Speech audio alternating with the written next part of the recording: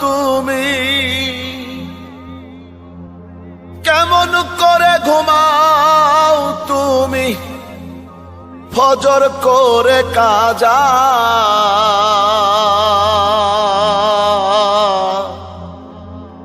এমনও তো হতে পারে জোহরে জানাজা তোমার এমনও তো হতে পারে জোহরে জানাজা মুসলিম হয় না জন্ম নিলেই মুসলমানের ঘরে কাফের মুমিন তফাতটা হয় সালাতের উপরে হে মানুষ নামাজের